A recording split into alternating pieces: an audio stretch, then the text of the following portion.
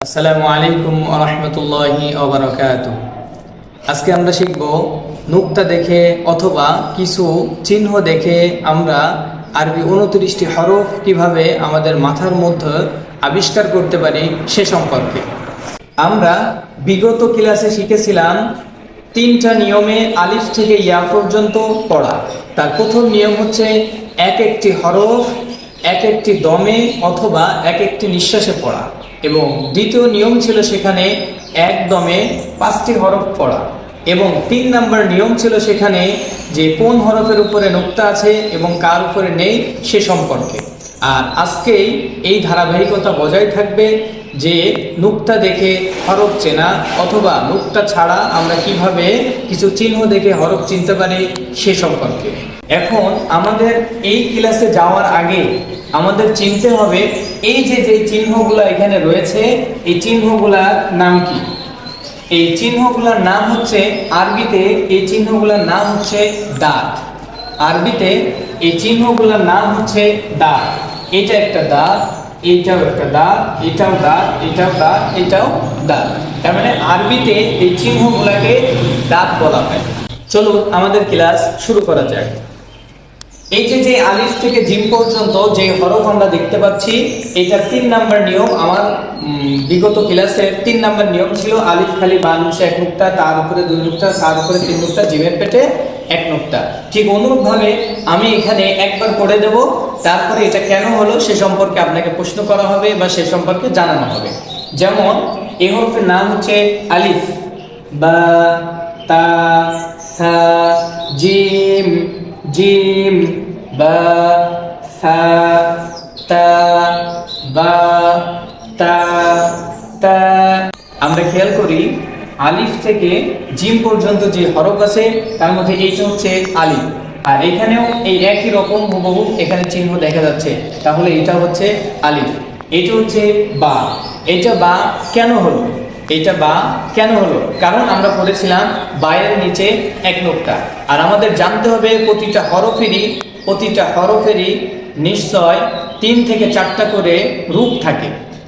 3 থেকে 4টা করে রূপ থাকে। যেমন এটা হচ্ছে পূর্ণ রূপ, এই বাটা হচ্ছে অর্ধপূর্ণ, আর এখানে যেটা আছে এটা হচ্ছে যুক্ত বা। এভাবে আমাদের খেয়াল রাখতে হবে, এবং আমার এই ক্লাসগুলি ধারাবাহিকতার উপরে রাখেন তাহলে আপনি এমনি বুঝতে পারবেন কোনটা বা, নুক্তা দেখেই বুঝতে পারবেন।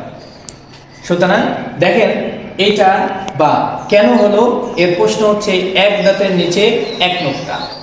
আমরা যদি কখনো জিজ্ঞাসা করি এটা বা কেন হলো, তাহলে আমাদের বুঝতে হবে বা বলতে হবে যে এক দাঁতের নিচে 1 নুকতা, এই জন্য এটা বা। এটা তা কেন হলো? এক দাঁতের উপরে 2 নুকতা, কারণ আমরা পড়েছিলাম তায়ের উপরে 2 নুকতা। এটা থা কেন হলো? এক দাঁতের উপরে 3 নুকতা, আমরা পড়েছিলাম সায়ের উপরে 3 নুকতা। এটা জিম কেন হলো?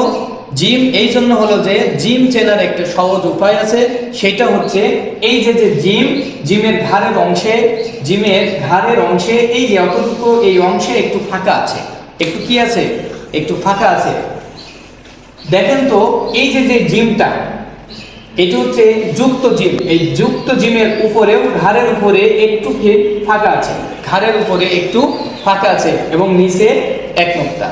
জিম চেনার সহজ উপায় হচ্ছে ঘাড়ের উপরে একটু ফাঁকা অংশ থাকবে এবং নিচে 1 নুকতা থাকবে। আর এটা হচ্ছে পূর্ণ জিম, এটা পূর্ণ জিম। এখন যদি আমি জিজ্ঞাসা করি যে জিম কেন হলো, আমাদেরকে বলতে হবে ঘাড়ের উপরে বা ঘাড়ের উপরের অংশে একটু ফাঁকা এবং নিচে 1 নুকতা, এই জন্য এটা জিম হলো। অনুরূপভাবে এটা একই নিয়ম, দাঁতের নিচে 1 নুকতা, তাহলে এটা বা, সা, তা, বা, তা। তা কেন হলো? তা এই জন্য হলো যে এক দাঁতের উপরে 2 নুকতা।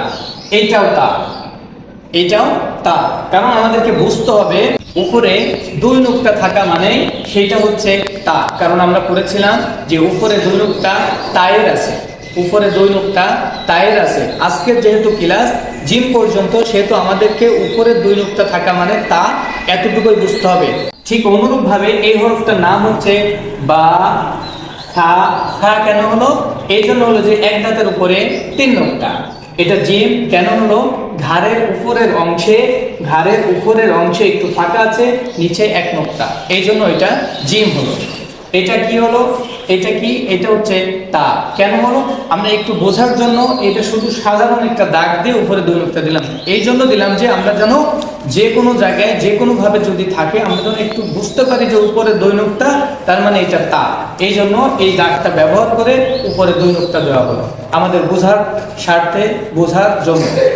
আজকের মতো আমরা আলিফ থেকে জিম পর্যন্ত নুক্তা দেখে অথবা নুক্তা ছাড়া কিভাবে কিছু চিহ্ন দেখে আমরা আরবি 29টা হরফ মাথার ভিতরে আবিষ্কার করতে পারি সে সম্পর্কে ক্লাসের আলিফ থেকে জিম পর্যন্ত আজকে শেষ হলো।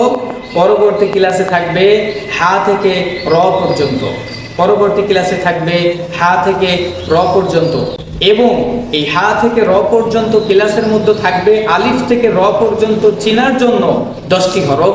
আমরা পুনরায় আলিফ থেকে র পর্যন্ত 10টি হরফ নিয়ে হাজির হব ইনশাআল্লাহ।